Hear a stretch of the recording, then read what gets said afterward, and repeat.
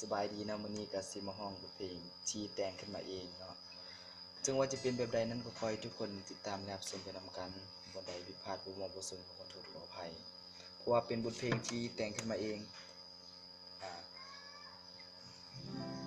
เพลงนี้ชื่อว่ารักษาผู้หวานไต่นะเป็นเพลงผู้หญิงกับผู้ชายร้องตอบกันแต่มื้อนี้จะมาร้องคนเดียวเนาะเป็นจังใดเป็นจังใดเป็นจังใดนั้นลองฟังเบิ่งเด้อ โอ้น้องคนงามน้องนี้เจ้าอยู่บ้านใดเห็นแล้วติดใจอยากได้น้องนี้เป็นแฟนน้องเป็นสาวผู้หวานบ่น่าฮักแล้วก็บ่งามว่าอายมาถามมาล้อมมาตัวน้องบ่เว้าแท้ๆน้องนี่งามปานนางฟ้าอยากเป็นคู่กันดาน้องลาเจ้าว่าจังได้น้องก็ดีใจจะอายนั้นเว้าอีหลีน้องก็อยากมี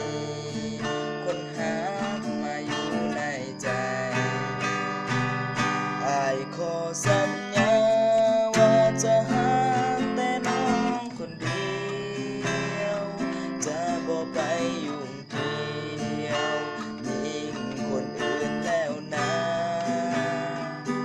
ให้อายเฮ็ดได้คือปากที่อายเว้ามา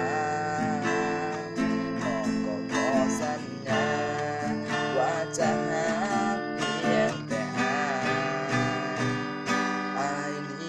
ใจที่ได้สาวผู้หวานเป็นแฟนน้องก็ดีใจที่ได้อายมาเป็นคู่หากของสองเฮาจะอยู่จนสัวนิรันดร์ขอสัญญาจะหากันวันนี้และตลอดไป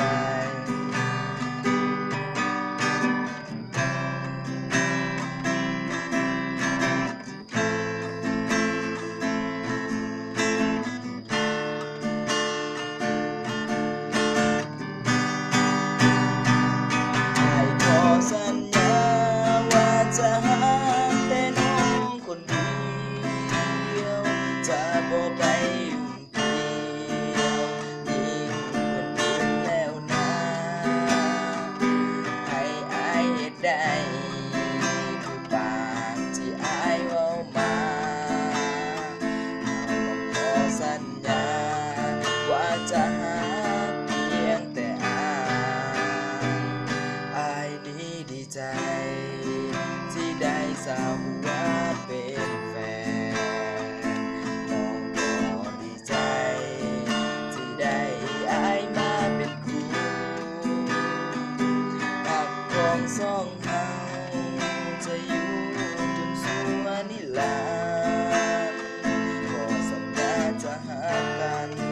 วันนี้และตลอดไปสาวผู้หวานไต่จากใจผู้ชายคนนี้ขอบใจเด้อถ้าใครอยากฟัง